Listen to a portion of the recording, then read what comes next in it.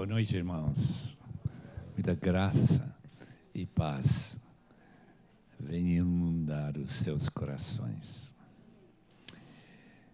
Irmãos, a minha chegada aqui esta noite me lembra do fato que há muitos anos já, lá na Bolívia, eu saí de casa com 7 anos para estudar numa escola de filhos de missionários. E o que faltava foi capelania.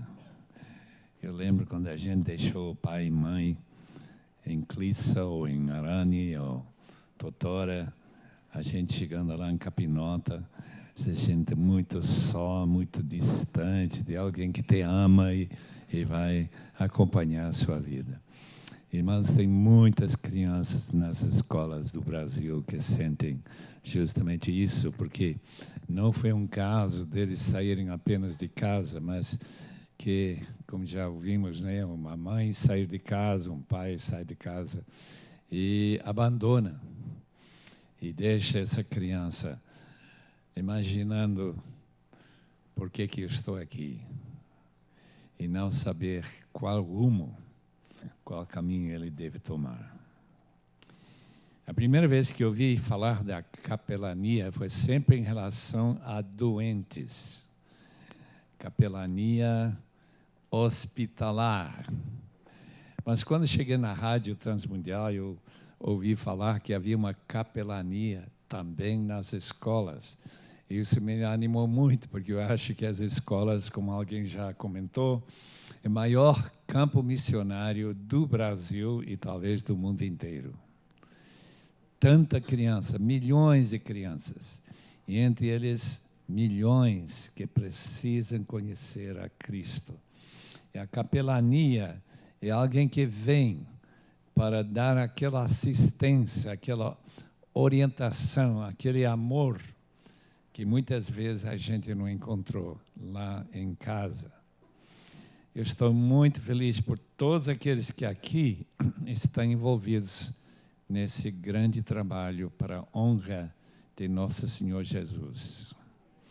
Eu posso imaginar, apenas imaginar, que alegria você receberá ao ver alguns daqueles que você aconselhou, aqueles que você evangelizou no dia final do juízo, que se ajuntará a você e dirá, para eterna alegria sua, muitíssimo obrigado que você me procurou e me ajudou.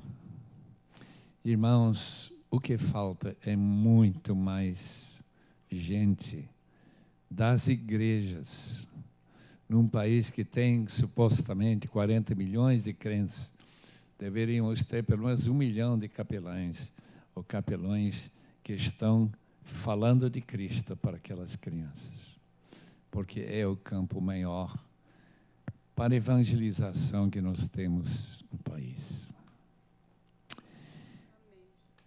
Capelania me envolve em pensar muito sobre a restrição que os próprios professores têm. Tanto na América como no Brasil, é muito difícil o professor, se for crente, realmente expor e fazer com que sua vida realmente chame essas pessoas a conhecer a Cristo, que é aquele tipo de educação mais importante que existe, ou poderá jamais existir. Eu fico impressionado com o fato de que nesse mundo, com tanta gente perdida por aí, ou seja por drogas, ou seja por causa de violência, seja por causa de envolvimento em matanças. Eu estive saindo de uma igreja no Rio e disse, não sai não agora, porque está um tiroteio que está cruzando a própria igreja. Diz, então vamos esperar um pouquinho. Não vai sair tão rápido assim, não. Imagina quantas pessoas estão envolvidas nesse tipo de matança, já que o Brasil parece que é campeão do mundo nesse acabar com a vida das pessoas conhecidas, pessoas minhas, que simplesmente os filhos desapareceram. Um casal que veio falar com Patrícia e eu e dizer, com lágrimas correndo no rosto, meu filho é traficante, ele vai ser morto. Sempre o fim daqueles que escolhem esse caminho que o diabo tem tanto prazer em conduzir as crianças de nosso país para tal fim. Mas há esperança, como nós acabamos de ouvir. Eu fiquei muito impressionado com um trabalho de doutora Lois Dawes. Lois Dawes é uma professora em Azusa Pacific, na Califórnia. Ela escreveu uma tese. Imagina, uma tese que tem o seguinte título: O poder do Espírito Santo na transformação de personalidade, crescimento e transformação. Ela disse, na sua tese, que a coisa que mais os psicólogos querem é saber como que nós podemos transformar a personalidade.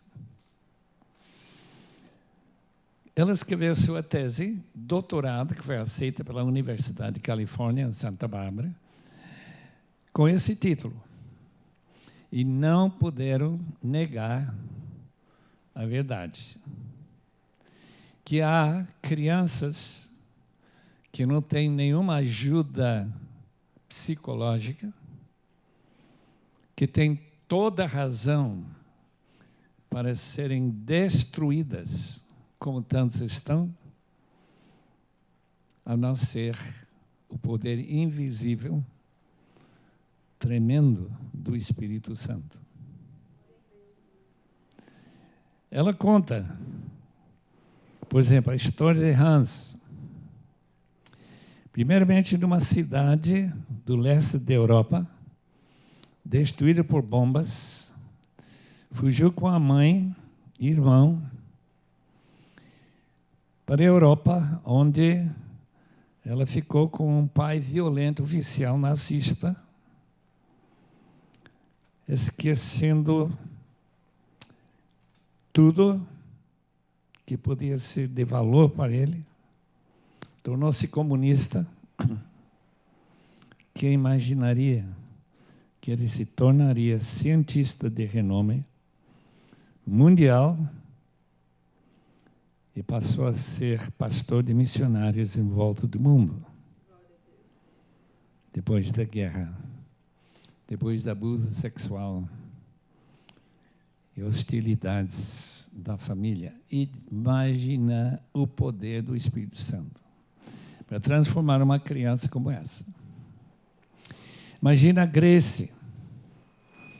Lembra-se sendo estuprada pelo seu pai com um revólver apontado para a cabeça. A primeira memória que ela tem. E ouvindo sua mãe gritando, Jesus, Jesus, bêbado, jogada lá no chão. Depressão quase acabou com sua vida, quase suicídio. Tornou-se evangelista que ganhou muitas pessoas para Cristo. Com tanta experiência profunda de decepção, com múltiplos estupros e traição da mãe, percebeu sua alienação de algo muito importante para ela. Entendeu que precisava dar sua vida ao Senhor Jesus.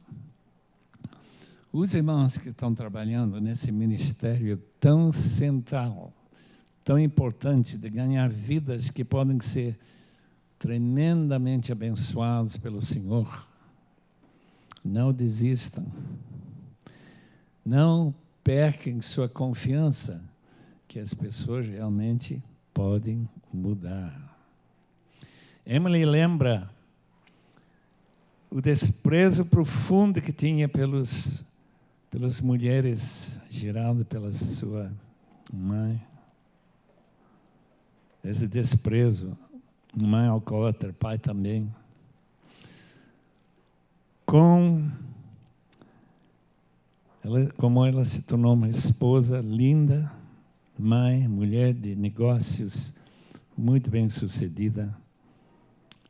E ela agora ama mulheres profundamente. A doutora Lois tenta explicar como que isso é possível. E por que nem todos os filhos de crentes missionários, pastores, não se tornam pessoas úteis no reino de nosso Deus. Como é possível? E ela tenta, na sua tese, PhD, em psicologia, tenta explicar que estes filhos e filhas são pessoas que ela usa a palavra inglesa chamada questers.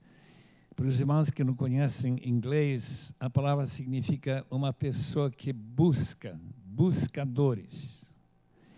Principalmente que eles buscam Deus, eles não ficam contentes em viver apenas horizontalmente.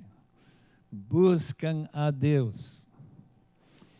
E Deus está próximo para qualquer pessoa que Ele busca. Eles tomam essa iniciativa, aparentemente, sem incentivo da parte de Deus. Claro, quem lê a Bíblia vê que Deus está por trás de tudo isso. Profundo reconhecimento que Deus está presente e que Ele é pessoal.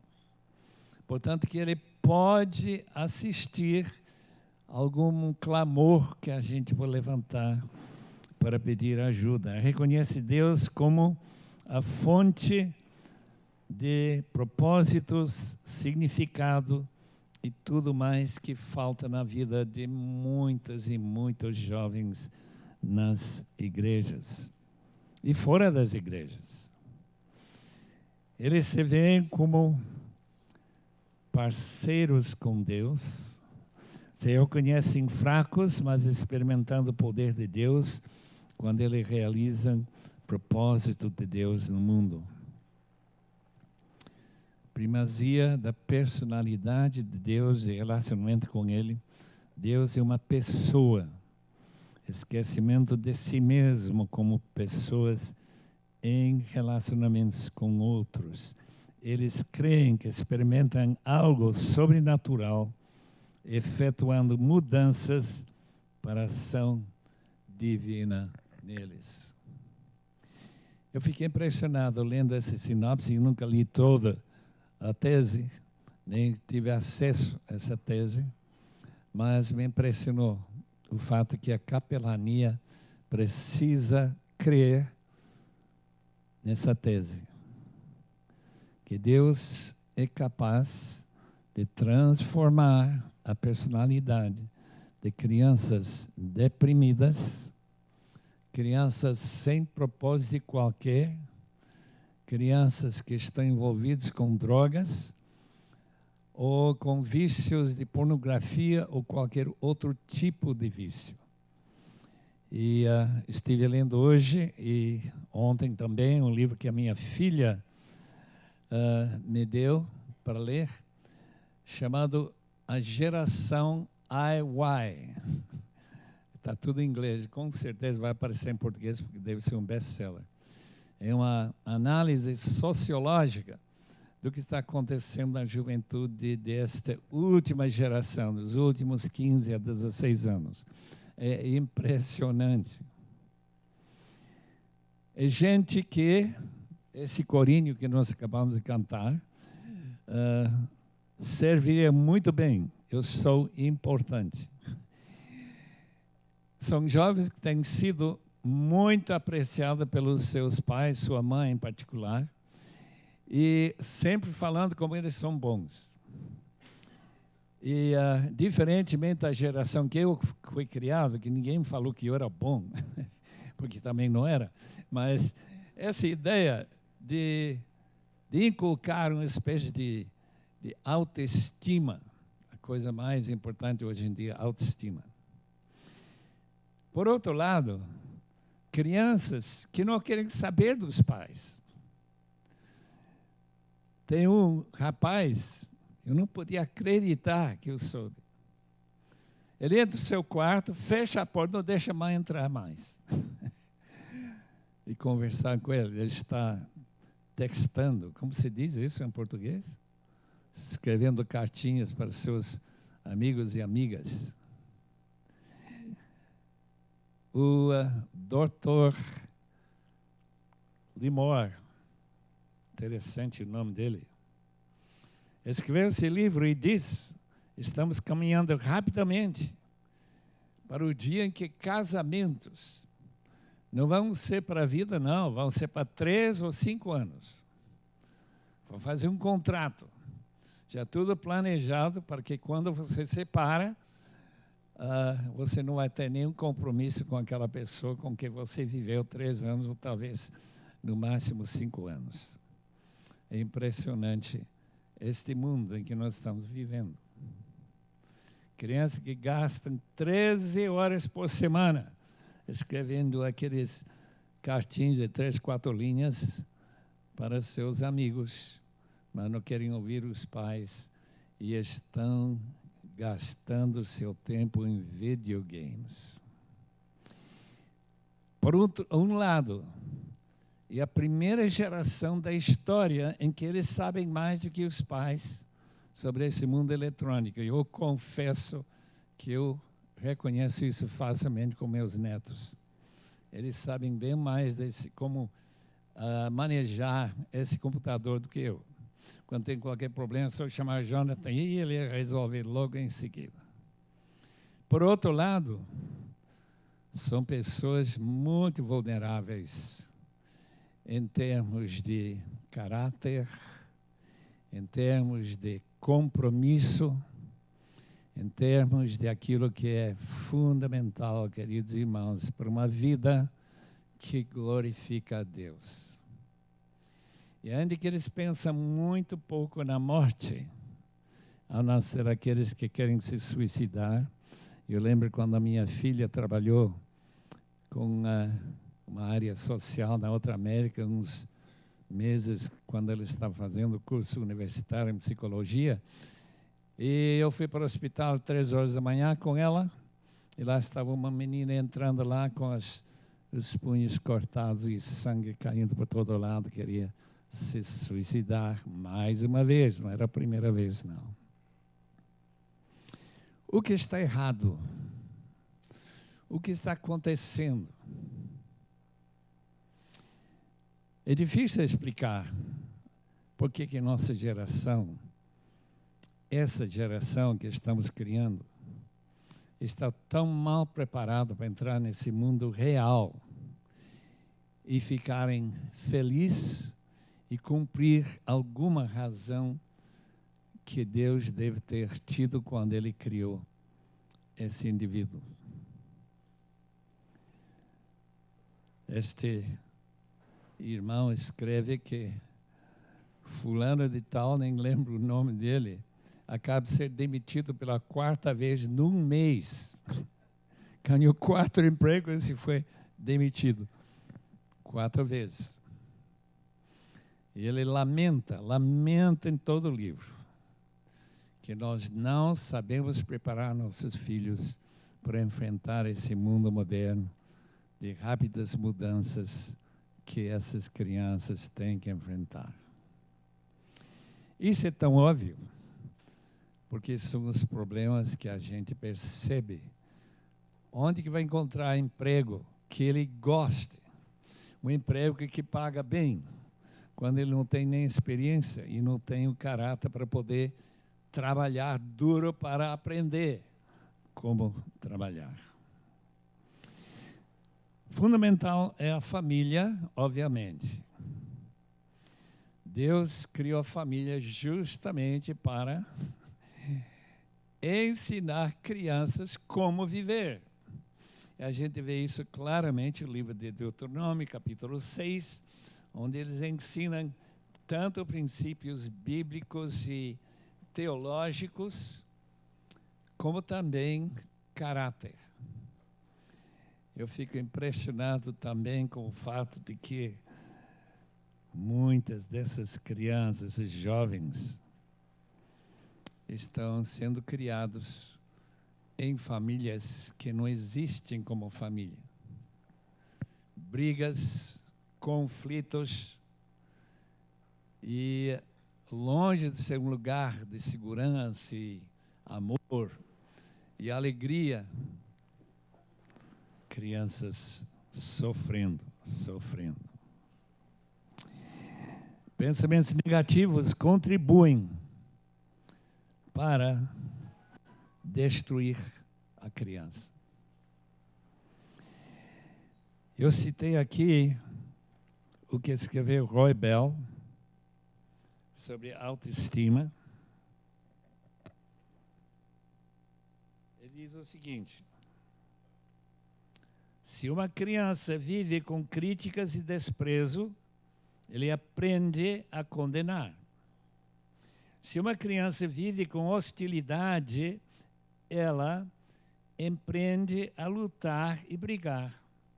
Se uma criança vive sendo ridicularizada, aprende a ser fechada. Se uma criança vive com vergonha, aprende a sentir-se culpada. Se uma criança vive com tolerância e aceitação, ela aprende a ser paciente. Se uma criança vive com encorajamento, ela aprende confiança. Se uma criança vive com louvor, ela aprende a apreciar os outros. Se uma criança vive com justiça, ela aprende a justiça. Se uma criança vive com segurança, aprende a ter fé. Se uma criança vive com aprovação, ela aprende a gostar de si mesma. Se uma criança vive com aceitação e amizade, ela aprende a descobrir amor no mundo. Meu distante primo, o primeiro imigrante que foi para a América há 350 anos atrás, ou mais, teve 5 filhos. E Charlie Shedd foi de um desses filhos, e meu pai e eu nascemos de outro. Esse Charlie Shedd escreveu alguns livros, ele era pastor também, alguns livros que se tornaram best-sellers. Tanto que ele criou uma fundação com os royalties que surgiram. E eu estava andando no interior de Goiás, num acampamento, e viu um touro que ele tinha comprado com essa fundação. Mas o interessante é que ele dá algumas promessas para seu filho. Vê se você é pai ou mãe, vê se as crianças que você está aconselhando têm promessas como esta. Meu filho, quando você chega, ele estava nascendo. Ele já faz essa promessa no início da vida. Quando você chega a 15 anos, eu não vou mais implicar com você sobre suas tarefas da escola. Se eu não conseguir, naqueles 15 anos, ensinar você a ser responsável, eu falhei, não você.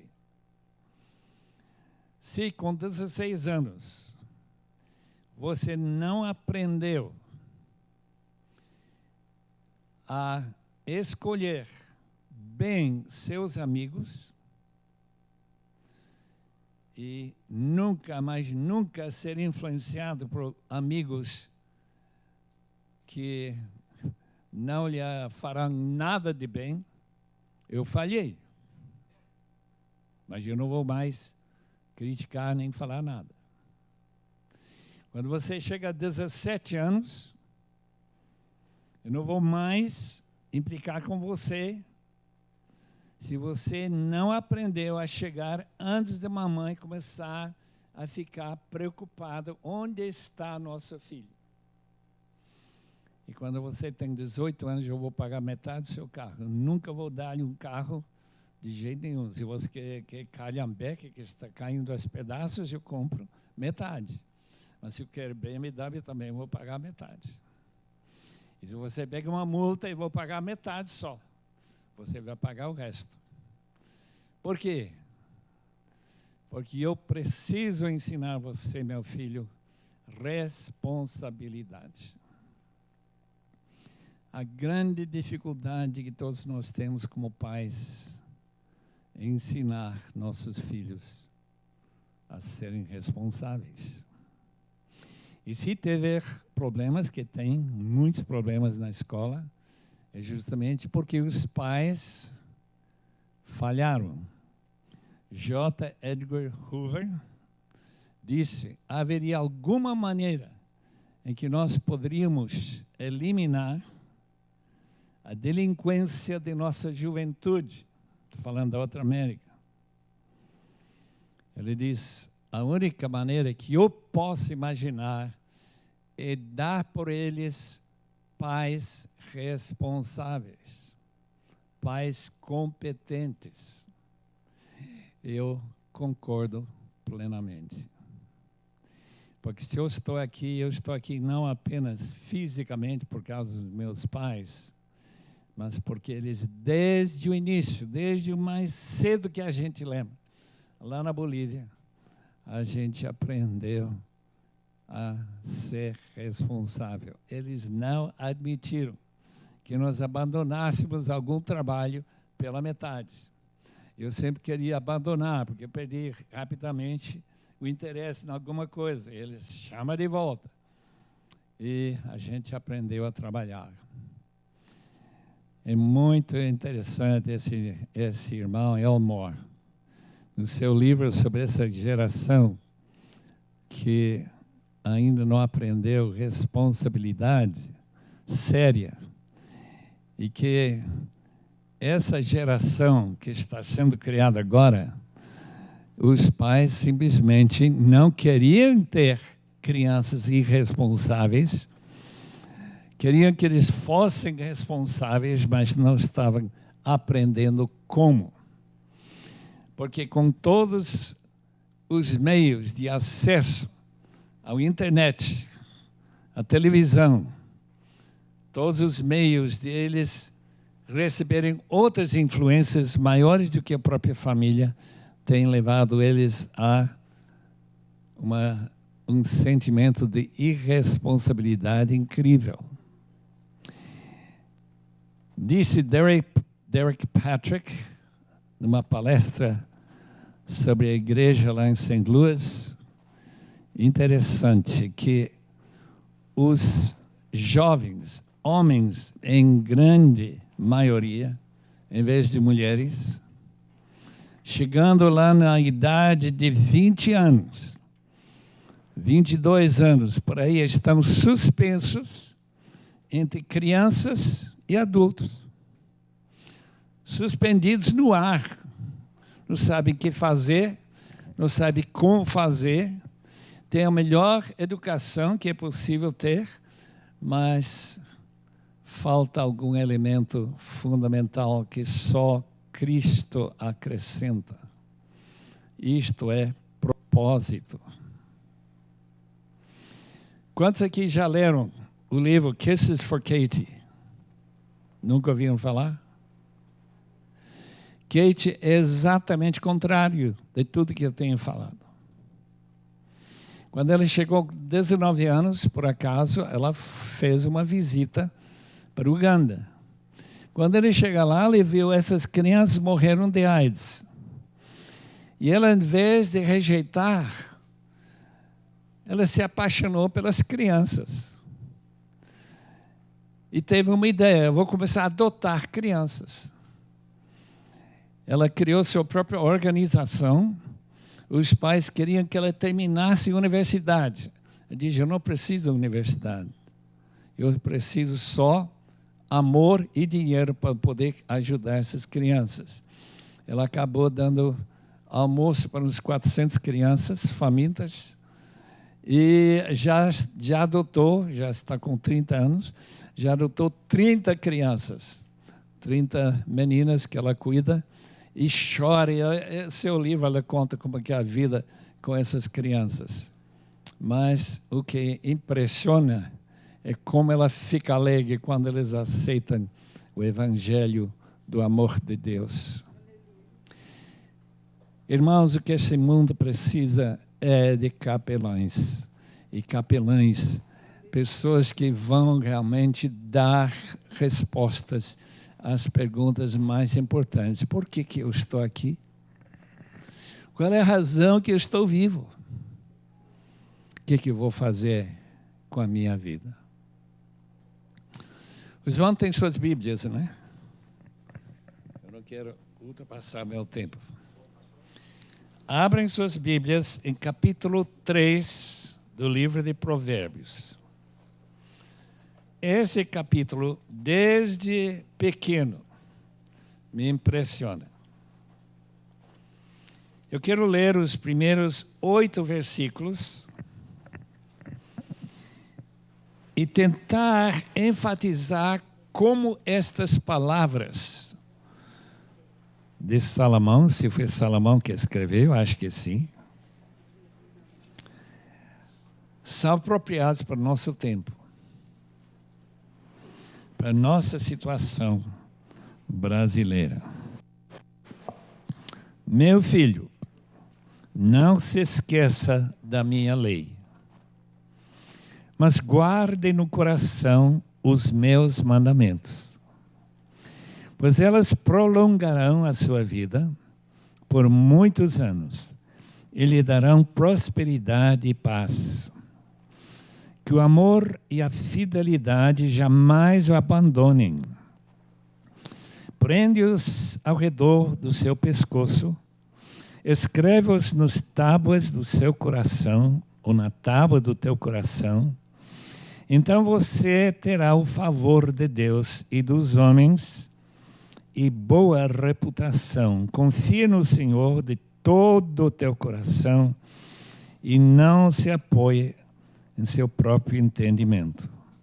Reconheça o Senhor em todos os seus caminhos, Ele endireitará as suas veredas. Não seja sábio aos seus próprios olhos, tema o Senhor e evite o mal. Isso lhe dará saúde do corpo e vigor aos ossos.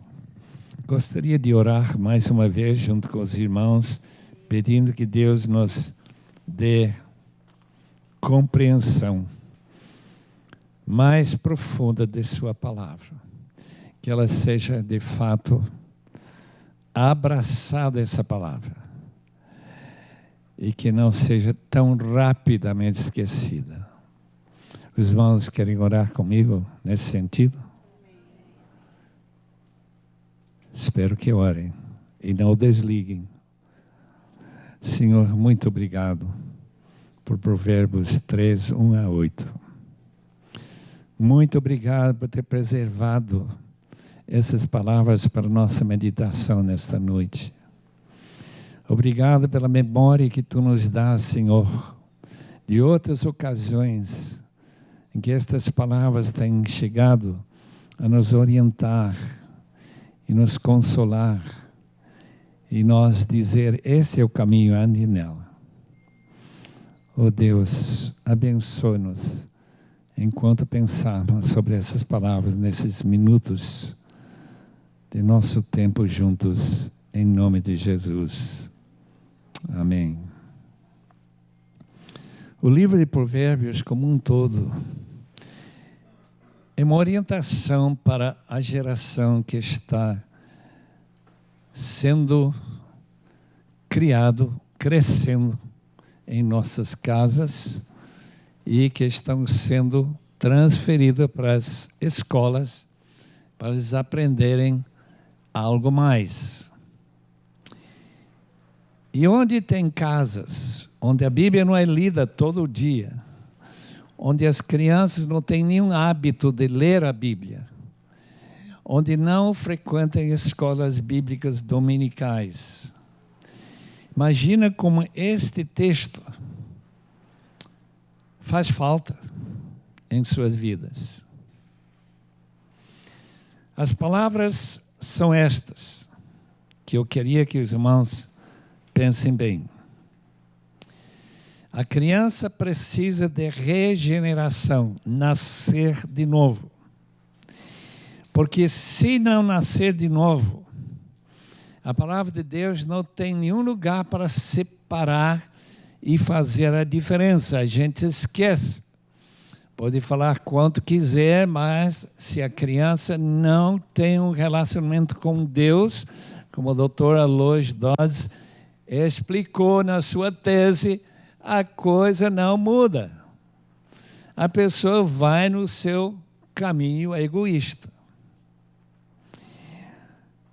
Seu caráter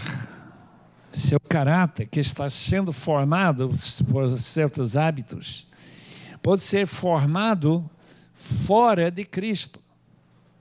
Tem muita gente honesta neste mundo, mesmo que o Lava Jato tenha nos persuadido que não é verdade. Tem gente honesta nesse mundo.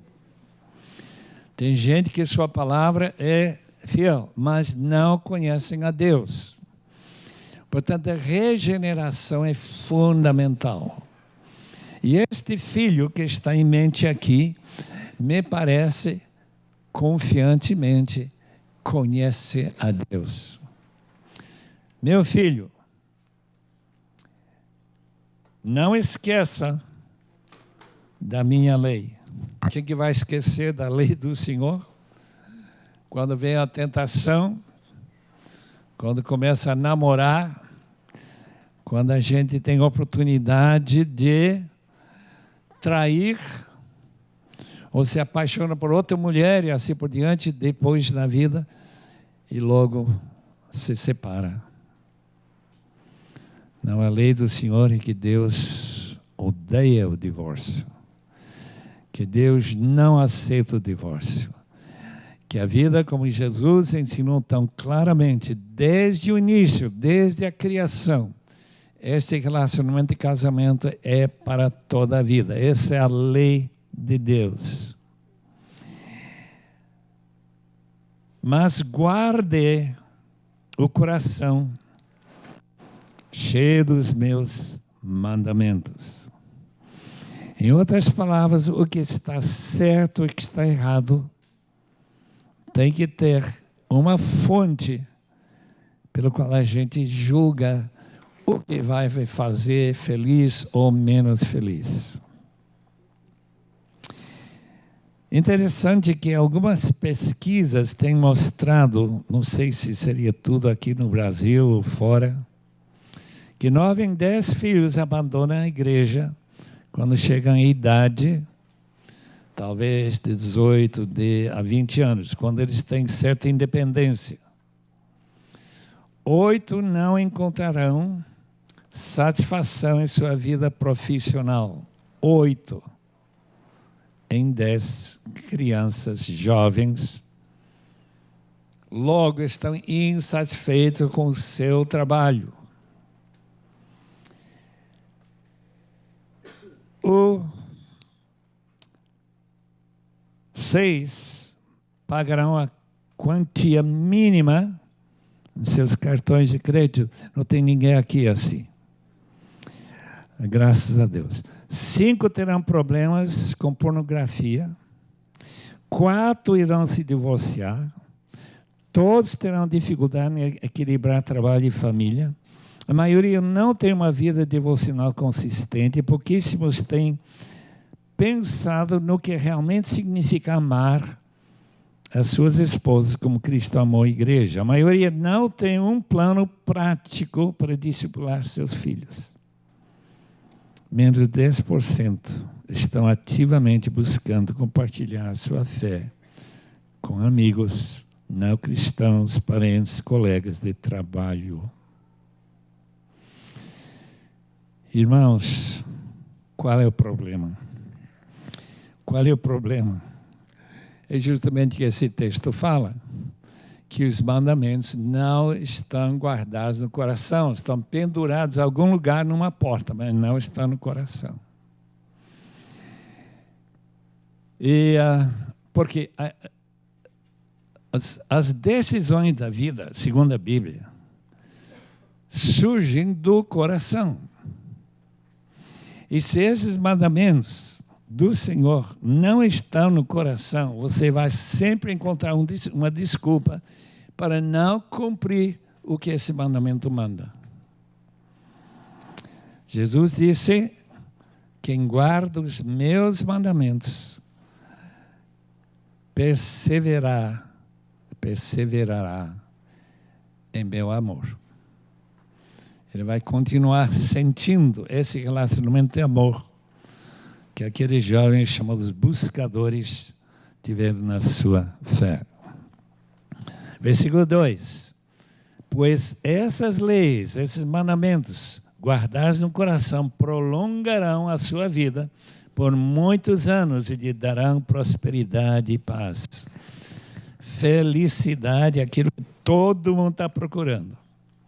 Blaise Pascal diz: felicidade é para aquele que escapa da guerra, não quer lutar em guerra nenhuma, aquele que se candidata para ser guerreiro, militar. Felicidade emotiva que a pessoa casa ou é uma pessoa que foge do casamento. Felicidade é a razão de tudo que fazemos. E a promessa da palavra de Deus é que felicidade acompanhará a sua vida se você guardar esses mandamentos no seu coração e se puder ensinar os seus filhos a guardar esses mandamentos na sua vida. Que o amor e a fidelidade jamais te abandonem. Amor, a palavra agape, e a palavra correspondente em hebraico, quer dizer um compromisso além do simples prazer de amor sexual, amor de receber algum presente, já que Jesus disse que é mais gostoso dar, mais alegria dar do que receber, mas não é todo mundo que sente essa alegria, né? Mas amor é que transforma o dar em alegria.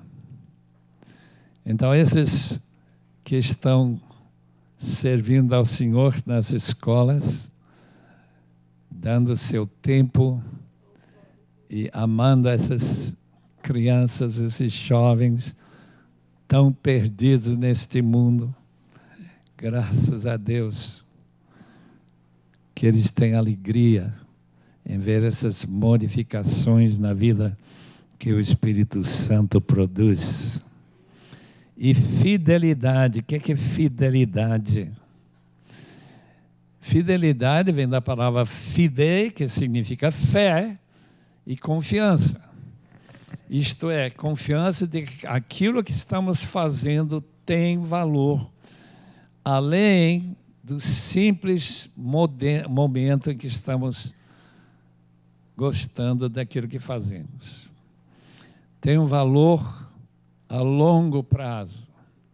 Fidelidade de Deus para conosco, o fato que Ele nunca nos abandonará, é a promessa que vem do próprio Senhor. Jamais o abandonem. Prende-os ao redor do seu pescoço, naturalmente, virtualmente, né? Não há nenhuma maneira que pode prender amor no seu pescoço, fidelidade. Escreva-os no tábua do seu coração, que são essa tábua onde Deus escreve as promessas da nova aliança e essas leis de Deus escritas no coração. Graças a Deus por elas. Então, você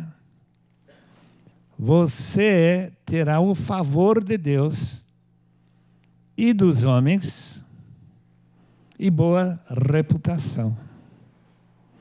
Eu fiquei impressionado com esse texto. Você terá favor da parte de Deus e daqueles que não se importam com Deus, desse mundo secular. Porque aquilo que você mostra nesse amor e fidelidade, essas outras características de caráter, é o que o mundo também gosta de reconhecer. Na eleição que vai ocorrer no ano que vem, na América do Norte, é interessante que um dos candidatos é crente. E ele tem uma filosofia que muita gente concorda, é completamente diferente do presidente Obama. Quando ele foi convidado a falar no café da manhã, chamado presidente, que é anual, uma coisa que chegam uns 1.000 ou 2.000 pessoas convidadas, especialmente assim por o Dr. Ben Carson, ele deu, aqui está, 2 metros o presidente Obama, e ele falando contrário, ponto por ponto, aquilo que estava sendo praticado e promovido pelo presidente atual.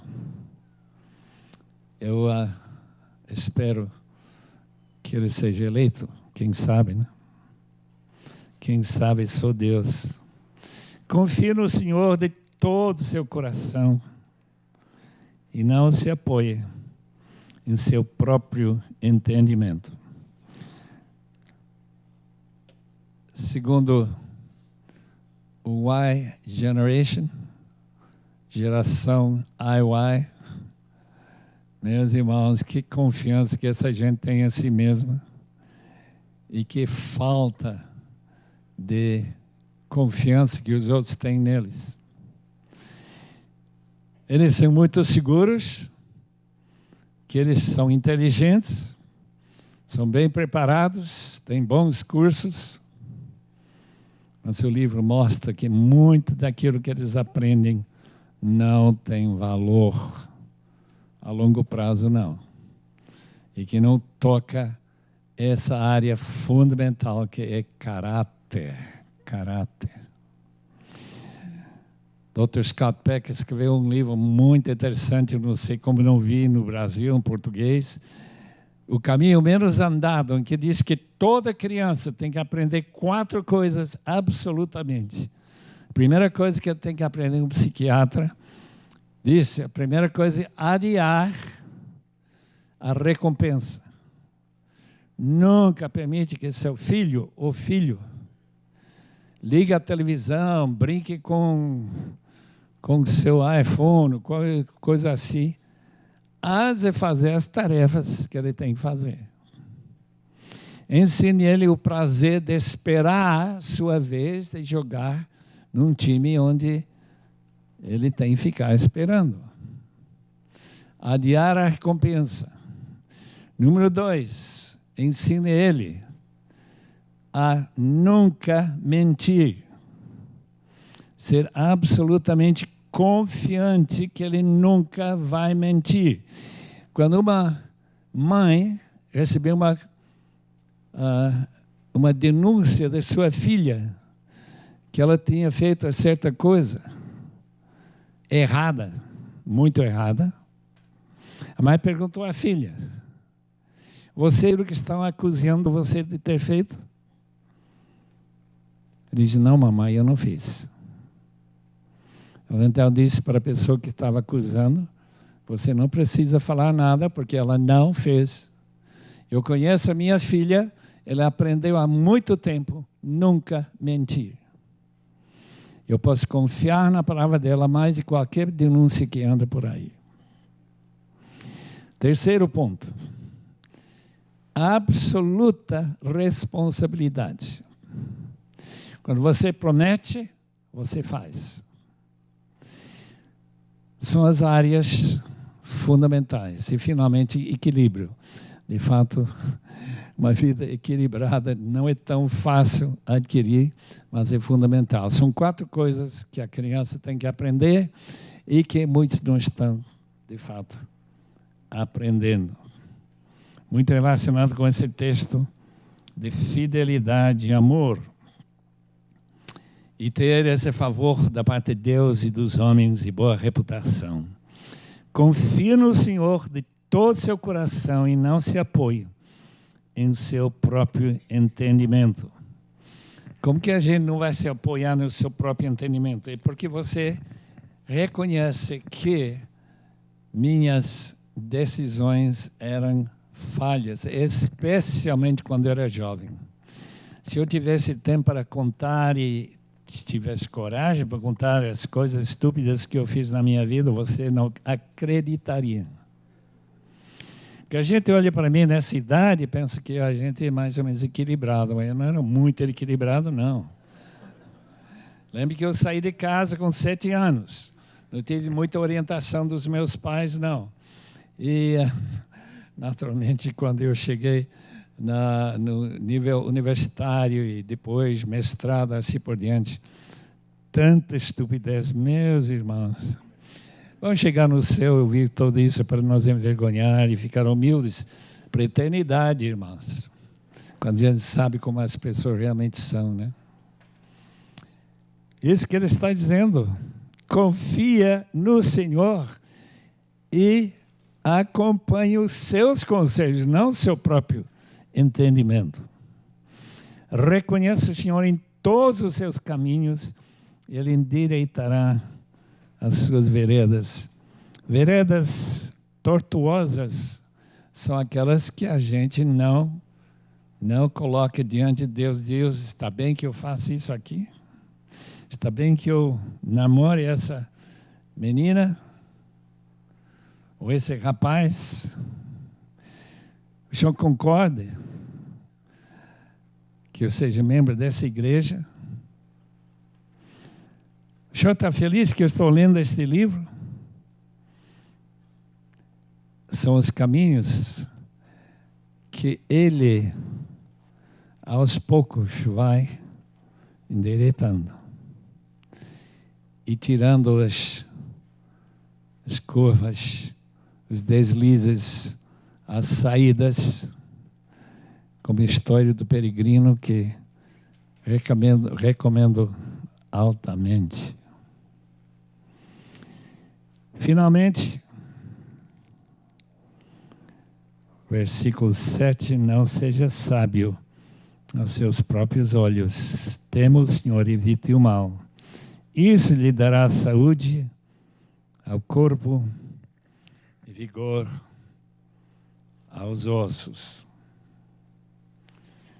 Provérbios 3 é justamente o que essas crianças nas escolas problemáticos estão precisando conhecer e se engajarem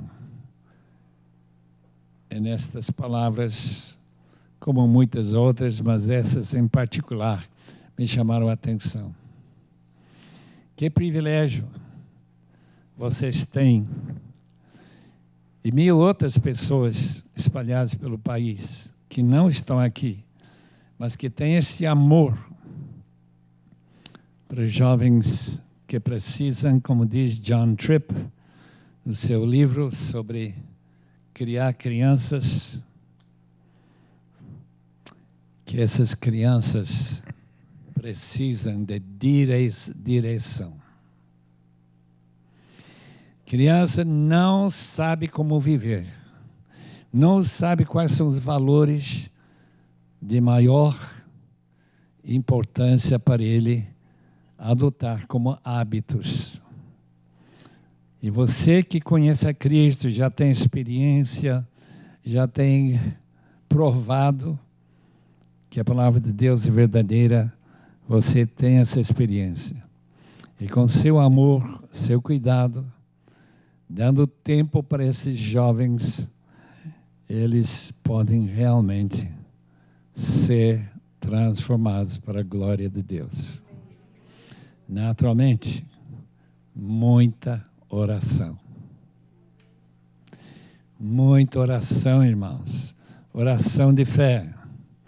Oração do George Mueller, quando ele orava por esses 9.500 órfãos, que Deus usou ele para cuidar, quando orfanatos eram quase totalmente desconhecidos na Inglaterra. E Deus usou esse homem para Não somente mostrar o que significa orar e ser respondido por Deus, mas também influenciar todas essas vidas para a glória de nosso Deus. Eu estou imensamente grato a Deus por suas vidas. Eu estou tremendamente impressionado que vocês tirem do seu tempo precioso para cuidar e falar sobre filhos abandonados, filhos que estão nos caminhos tortuosos, filhos que não conhecem o amor de Deus, e você está lá para dar-lhes uma empurrada na direção certa para a glória de Deus.